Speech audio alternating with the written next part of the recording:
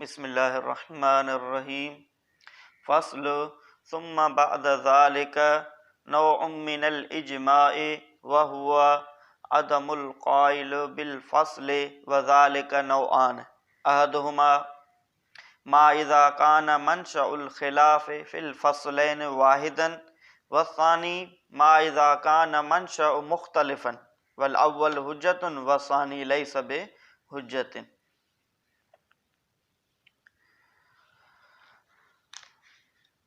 पुठे सबक में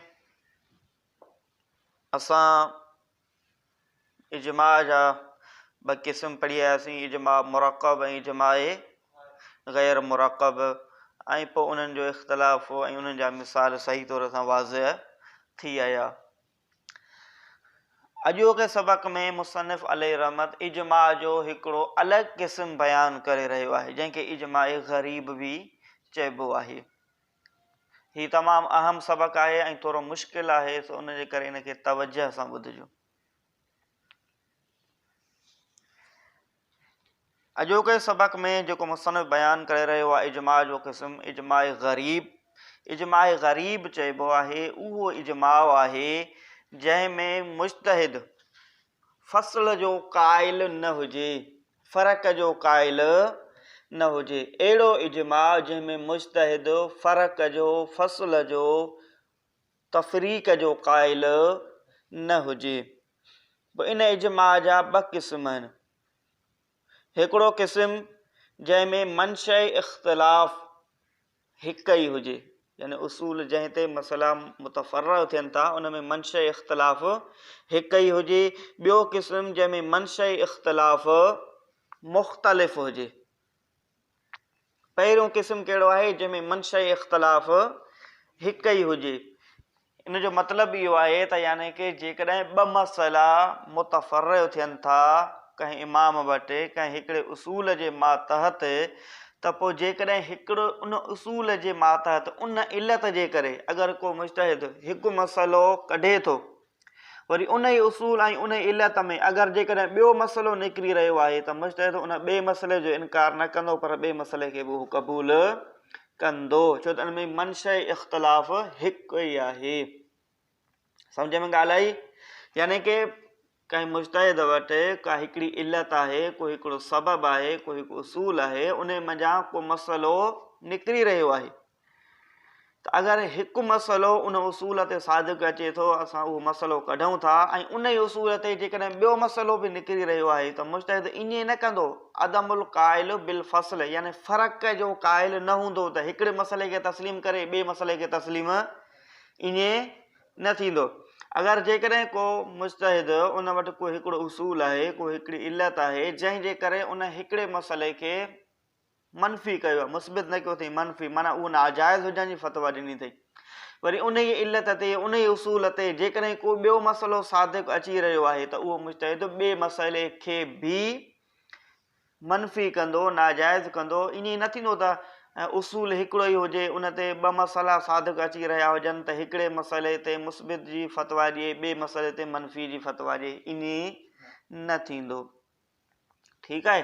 त उसूल इहो थियो त अगरि जेकॾहिं को बि मसइला आहिनि, मुख़्तलिफ़ आहिनि ऐं मंशअ इख़्तिलाफ़ हिकु ई आहे, यानी इल्लत सबबु हिकु ई आहे, त पोइ उन जे मातहत जेतिरा बि मसइला साबित थींदा मुज्तहिद उनजो इनकार न कंदो, पर जेकॾहिं हिकु मसइले खे साबित कई त ॿिए मसइले खे बि ज़रूरु साबित करिणो पवंदो। ॿियो जेको क़िस्म आहे उन्हनि जो वरी तफ़सीली बहस अॻिते ईंदो।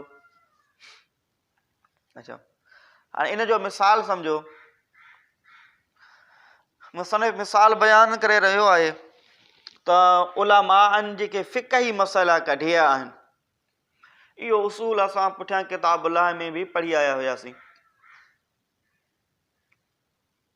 अहकामनि जा ॿ क़िस्म हूंदा आहिनि, हिकिड़ा हूंदा आहिनि अहकाम हिस्सी, ॿिया हूंदा आहिनि अहकाम शरई। जेके अहकाम हिस्सी यानी कि जहिड़े तरीक़े सां अहकाम हुया उन्हनि में का बि तब्दीली नाहे थी। ॿिया हूंदा आहिनि अहकाम शरई, यानी कि शरीयत उन में तब्दीली करे पोइ को हुकुम को जारी कयो हुजे।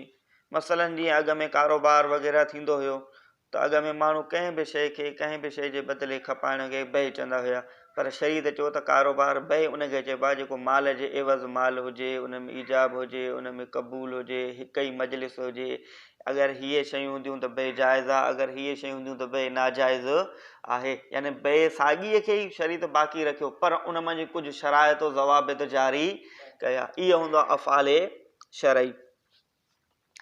त अफ़आले शरई जे बारे में असां किताबुल्लाह में इहो उसूल पढ़ी आया हुयासीं त जेकॾहिं अफ़आले शरई आहिनि त अफ़आले शरई ते अगरि जेकॾहिं का अहिड़ी वस्फ़ आई आहे जंहिं वस्फ़ जे करे अफ़आले शरई खां शरीयत मनो कई आहे, त उन वस्फ़ जे करे शरीयत उन अफ़आले शरई खां नही कई आहे, मनो कई आहे, त उन वस्फ़ जे करे अफ़आले शरई बाक़ी रहंदा, मशरू रहंदा, ख़तमु न थींदा।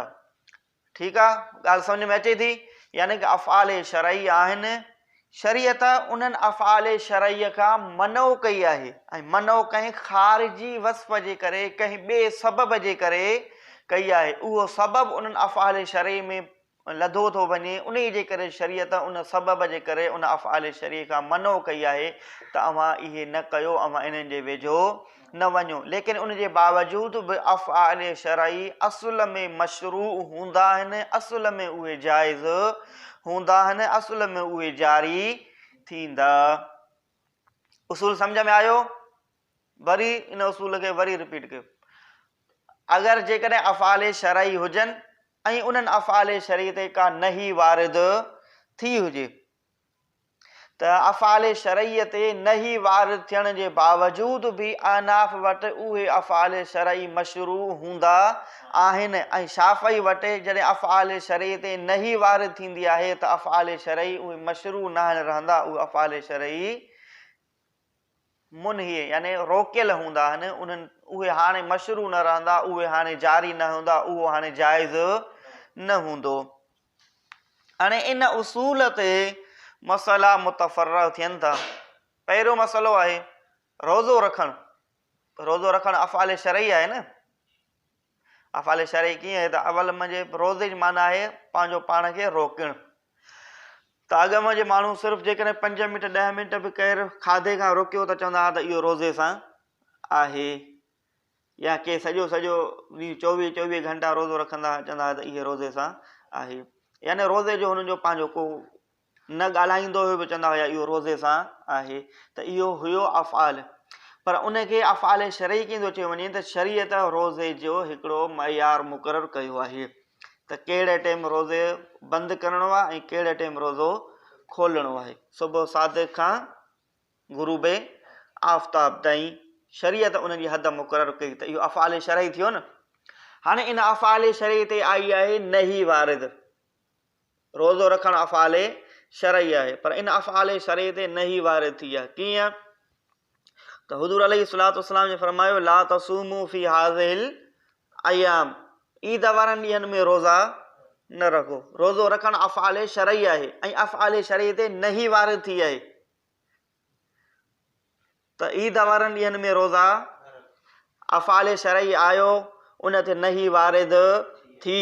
त हाणे अहनाफ वटि नही वारिद थियण जे बावजूद बि इहो फ़इल मशरू रहंदो, ऐं शाफ़ई वटि जॾहिं अफ़आले शरई ते नही वारिद थी त उहो फ़इल मशरू न रहंदो। उहो कीअं?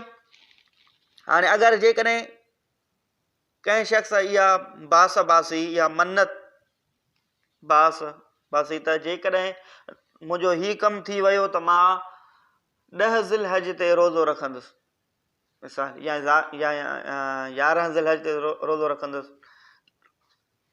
हाणे इन्हनि ॾींहंनि में शरीयत रोज़े रखण खां मनो कई आहे। छो मनो कई आहे? छो त इहे ॾींहं अल्लाह ताला जी महिमानी जा ॾींहं आहिनि, ज़ियाफ़त जा ॾींहं आहिनि। इन ॾींहंनि में अल्लाह महिमान नवाज़ी कंदो आहे त बाना उहे खाइनि। जेकॾहिं रोज़ो रखंदा त पोइ उहे अल्लाह जी ज़ियाफ़त खां, महिमान नवाज़ी खां उहे महरूम थी वेंदा। इन वजह जे करे शरीयत मनो कई आहे। त हाणे अफ़आले शरई ते नही वारिद थी त अहनाफ वटि नही वारिद थियण खां बाद में बि उहे मशरू हूंदा आहिनि, यानी कि 10, 11 या 12 ज़िलहज ते रोज़ो रखणु जाइज़ त नाहे, पर जेकॾहिं कंहिं बास बासी त उनजी बास जारी थी वेंदी, बास उन ते लाज़िम पूरो करणु लाज़िम थींदो। ऐं शाफ़ी हज़रात फरमाइनि था त अफ़ाल शरई ते जॾहिं नही वारिद थींदी आहे त पोइ उहे मशरू न हूंदा आहिनि। त 10, 11, 12 ज़िलहज ते रोज़ो रखणु जाइज़ ई नाहे। जॾहिं जाइज़ नाहे त उहा बास बासण बि फज़ूल आहे, उहा जारी न थींदी। लेकिन अहनाफ़ फरमाइनि था त बास बासण सही आहे, उहा जारी थी वेंदी, पर उनखे 10, 11, 12 ते रोज़ो न रखंदो, उन खां बाद में पोइ कहिड़े ॾींहुं बि उन रोज़े जी उहो क़ज़ा करे छॾींदो। सम्झ में ॻाल्हि आई? जेकॾहिं अफ़ाल शरईअ ते नही वारिद थिए त नही वारिद थियण खां बाद में कंहिं गैर वस्फ़ जे करे नही वारिद थी आहे, हूअं त उहे अफ़ाल शरई आहिनि, नही वारिद थियण खां बाद में बि उहे अफ़आल मशरू बाक़ी रहंदा आहिनि।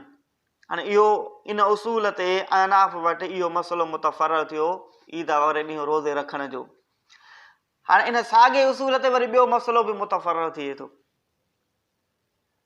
उहो आहे बे फासिद। असां पढ़ी आयासीं न त जेकॾहिं मंशअ इख़्तिलाफ़ हिकु हुजे त मुज्तहिद वटि जेकॾहिं उन उसूल ते हिकिड़ो मसइलो मुतफ़रक़ थियो आहे त उहो ॿिए मसइले खां इनकार करे न सघंदो, ॿिए मसइले खे बि उहो क़बूल कंदो। त हाणे इन ई उसूल ते हिकु ॿियो मसइलो बि मुतफ़रक़ थी रहियो आहे, उहो आहे बे फासिद वारो। हिन महिल ॿुधायो आयुमि त बे अफ़आल शरई आहे न, शरीयत उन जे लाइ शराइत ज़वाबित बयानु कया आहिनि, उन में कुयूदात आहिनि त अहिड़े तरीक़े सां बे करणी आहे, अहिड़े तरीक़े सां बे न आहे करणी। त बे अफ़आल शरई आहे। हाणे इन बे ते बि नही वारिद थी आहे। उहा नही वारिद कीअं थी आहे त बे फासिद जाइज़ नाहे।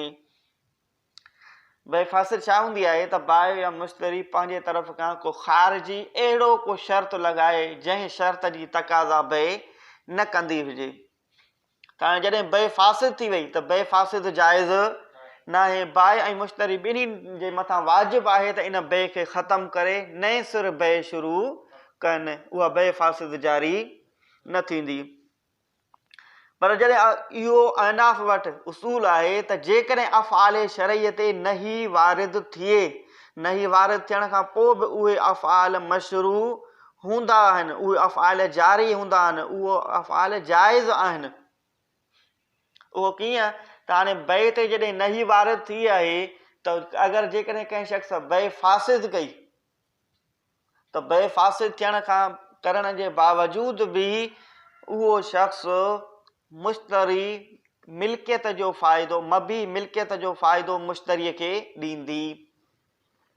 ठीकु आहे, बाए मुश्तरी बे फासिद कई आहे, को ख़ारिजी शर्त हुननि लॻायो आहे, जेको शर्त बे जी तक़ाज़ा, जेको बे जंहिं शर्त जी तक़ाज़ा नथी करे, उन जे बावजूद बि जेकॾहिं मुश्तरीअ मबीअ ते कब्ज़ो कयो, मबी माना जंहिं शइ खे खपायो वियो आहे, अगरि जेकॾहिं उन ते कब्ज़ो कयईं त हाणे बे फासिद आहे त बे फासिद इन ॻाल्हि जी तक़ाज़ा करे थी त कब्ज़ो करणु जाइज़ न हुजे, उहा मुश्तरी जी मिल्कियत ई न थिए। पर अफ़आल शरई आहे, अफ़आल शरई मशरू हूंदा आहिनि, बे फासिद थियण जे बावजूद बि मुश्तरी जंहिं मबीअ ते कब्ज़ो कयो आहे त मबी मिल्कियत जो फ़ाइदो ॾींदी। छो त ईअं नथो थी सघे त मुश्तहिद जो मंशअ इख़्तिलाफ़ हिकु हुजे पर हिकु मसइले खे उहो मुस्बित करे ॿिए मसइले खे उहो मनफ़ी करे, ईअं थी न सघंदो। मंशअ इख़्तिलाफ़ हिकु आहे त या ॿिन्ही मसइलनि खे मुस्बित करणो पवंदो या ॿिन्ही मसइलनि खे मनफ़ी करणो पवंदो। त हाणे जेकॾहिं कंहिं शख़्स बे फासिद कई, बे फासिद थियण खां पोइ मुश्तरी यानी ख़रीदार उहा शइ खणी वियो आहे, उन जे बावजूद बि उनखे बे खे रद्द करणु, ख़तमु करणु वाजिबु आहे, पर जेकॾहिं उन मबीअ ते कब्ज़ो कयो आहे त कब्ज़े खां बाद में मिल्कियत जो फ़ाइदो उहा ॾींदी, यानी उन जे मिल्कियत में उहा दाख़िल थी वेंदी। अगरि उहो फ़ौत थी वियो त उनजी विरासत में उहा शइ अची वेंदी। ईअं न आहे त बे फासिद थी त हाणे उहा मिल्कियत जो फ़ाइदो न ॾींदी। लेकिन इमाम शाफ़ी अलैहि रहमत फरमाए थो त जॾहिं अफ़आल शरईअ ते नही वारिद थिए त नही वारिद थियण खां पोइ उहा मिल्कियत जो फ़ाइदो नाहे ॾींदी। जॾहिं अफ़आल शरई ते जॾहिं नही वारिद थिए त नही वारिद थियण खां पोइ उहे अफ़आल मशरू न आहिनि हूंदा। जॾहिं अफ़आल मशरू न आहिनि हूंदा त हाणे बि मिल्कियत जो फ़ाइदो न ॾींदी। जहिड़े तरीक़े सां ईद वारनि ॾींहंनि में रोज़े जी बास बासण बि जाइज़ नाहे। अहिड़े तरीक़े सां हिते बि इमाम शाफ़ी वटि ॿई मसइला मनफ़ी थींदा, आनाफ़ वटि ॿई मसइला मुस्बित थींदा। सम्झ में आयो? उन खां पोइ वरी ॿियो मिसाल बयानु कयो अथई। उन में उसूल ॿियो आहे। इहो उसूल बि असां पुठियां बयान जे बहस में पढ़ी आया हुआसीं किताब अल्लाह में।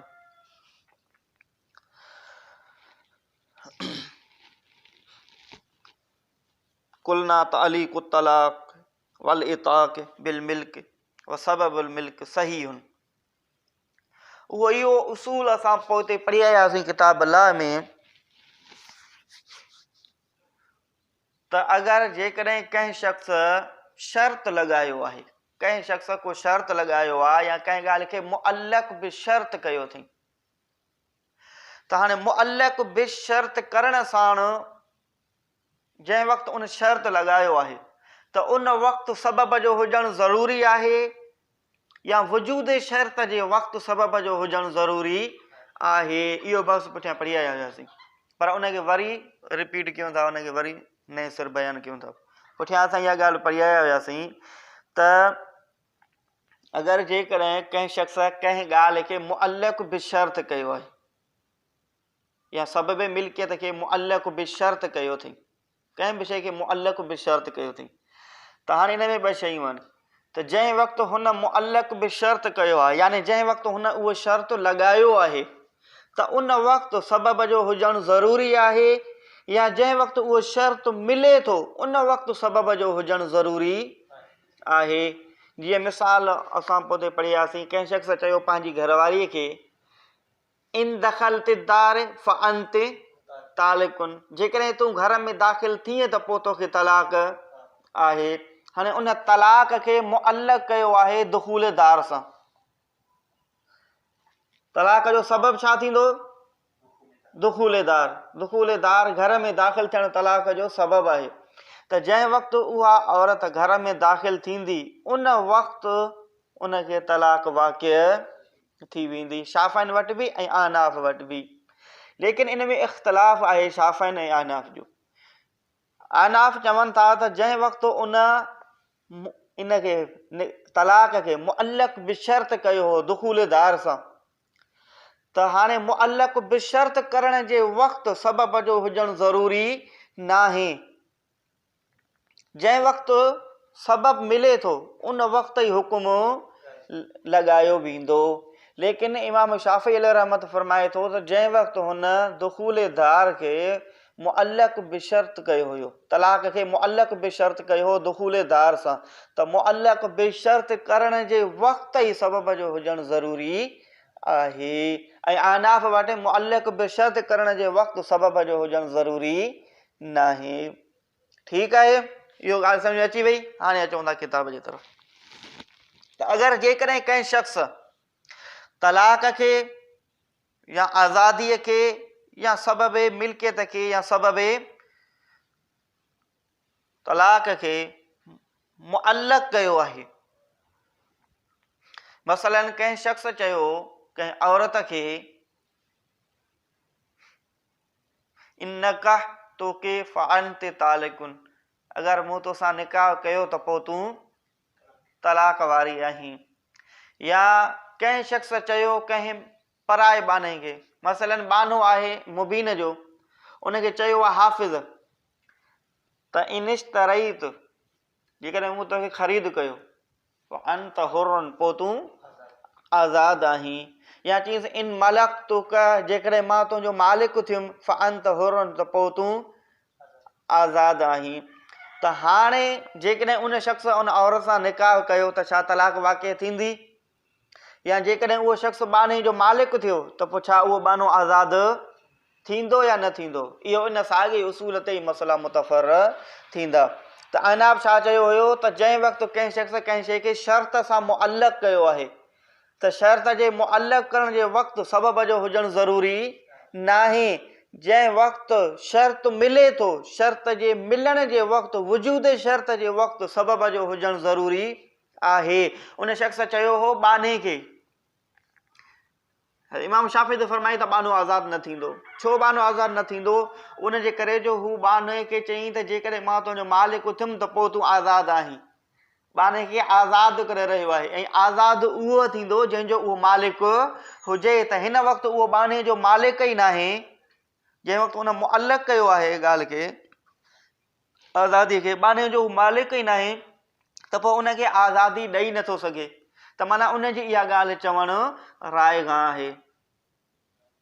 लेकिन अहनाफ़ छा फरमाइनि त जंहिं वक़्तु हुन मुअल्लक़ बिशर्त कयो हुयो उन वक़्तु सबब जो मिलणु ज़रूरी नाहे। मुअल्लक़ बिशर्त करण जे वक़्तु, कलाम करण जे वक़्तु, ॻाल्हाइण जे वक़्तु, शर्त लॻाइण जे वक़्तु सबब जो हुजणु ज़रूरी नाहे। जंहिं वक़्तु वजूद शर्त छा आहे? इन मलक तो कर, जेकॾहिं मां तुंहिंजो मालिक थियुमि त हाणे वजूद शर्त जे वक़्तु सबब आहे। सबब छा आहे? मिल्कियत आहे। जंहिं वक़्तु उहो शर्त मिले थो, माना जंहिं वक़्तु उहो हुनजो मालिक थिए थो बाने जो, त बाने जे मालिक थियण जे वक़्तु उहो सबब मिले थो मिल्कियत वारो, त हाणे उहो बानो आज़ादु बि थींदो। ठीकु आहे। अहिड़े तरीक़े सां अगरि औरत सां निकाह कयईं, हुनखे चवईं त जेकॾहिं मां तोसां निकाह कंदुमि त पोइ तोखे तलाक आहे, या औरत खे जेकॾहिं मूं तोसां निकाह कयो त पोइ तोखे तलाक आहे, त इमाम शाफ़ी अलैहि रहमत फरमाए थो त इहा तलाक वाक़िअ न थींदी। छो त हुन चयो जेकॾहिं मां तोसां निकाह कंदुमि त पोइ तोखे तलाक आहे। त हाणे हो हिकु अहिड़ी औरत खे तलाक जी ख़बर ॾेई रहियो आहे जेका उनजी मनकूहा आहे ई न। जंहिं वक़्तु शर्त उन वक़्तु लॻाए रहियो आहे जंहिं वक़्तु उन औरत सां हुनजो निकाह ई न आहे, जॾहिं उहा उनजी मनकूहा ई न आहे, त पोइ उनजी तलाक वाक़िअ न थींदी। छो त शर्त जे वक़्तु, तालीक़ जे वक़्तु, मुअल्लक़ करण जे वक़्तु सबब जो हुजणु ज़रूरी आहे इमाम शाफ़ी वटि। लेकिन आना फरमाइनि था त वजूद शर्त जे वक़्तु सबब जो हुजणु ज़रूरी आहे। त हाणे उन सां निकाह कयईं, हुनखे चवईं जेकॾहिं मां तोसां निकाह कंदुमि त पोइ तोखे तलाक आहे। त हाणे उन सां जेॾीमहिल हुन निकाह कयो त निकाह जे वक़्तु जॾहिं उनजी मिल्कियत अची वई, उनजी मनकूहा थी वई, शर्त मिली वियो निकाह करण जो, त हाणे सबब मिली वियो, त हाणे उन औरत खे तलाक वाक़िअ थींदी। वजूद शर्त जे वक़्तु सबब मिली वियो। ठीकु आहे, ॻाल्हि सम्झ में आई? तर्जुमो कयो। फ़स्ल सुम बाद ज़ालिक, पोइ बाद इन जे, यानी पुठियां जेको असां इजमा जो बहस पढ़ी आयासीं, इन बहस खां बाद मजे नौ मिनल इजमा, हिकिड़ो क़िस्म आहे इजमा जो। उहो कहिड़ो क़िस्म आहे? वहुआ अदमुल क़ाइल बिल फ़स्ल, उहो आहे त फ़स्ल जो क़ाइल न हुजणु। फ़स्ल माना फ़र्क़ जो क़ाइल न हुजणु, इहो उसूल आहे। यानी फ़र्क़ जो क़ाइल मुज्तहिद न हूंदो। अगरि कंहिं हिकिड़े उसूल ते हिकिड़ो मसइले खे मुस्बित करे थो, त उन उसूल ते अगरि ॿियो मसइलो निकिरे त उनखे बि मुस्बित करे। अगरि हिकिड़े उसूल खे मनफ़ी करे थो, उन ई उसूल मातहत को ॿियो मसइलो निकिरे थो, त उनखे बि उहो मनफ़ी कंदो। वज़ालिक नौआन, ऐं इन जा ॿ क़िस्म आहिनि। अदमुल क़ाइल बिल फ़स्ल जा ॿ क़िस्म आहिनि। फ़स्ल जी माना फ़र्क़ु करणु, जुदाईगी करणु।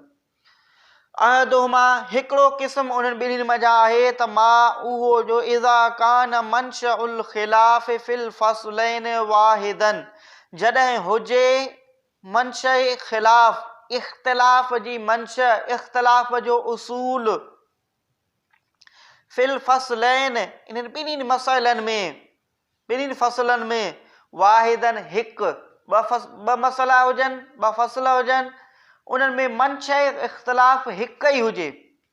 वसानी, ऐं ॿियो क़िस्म जॾहिं हुजे मंशअ उसूल मुख़्तलिफ़।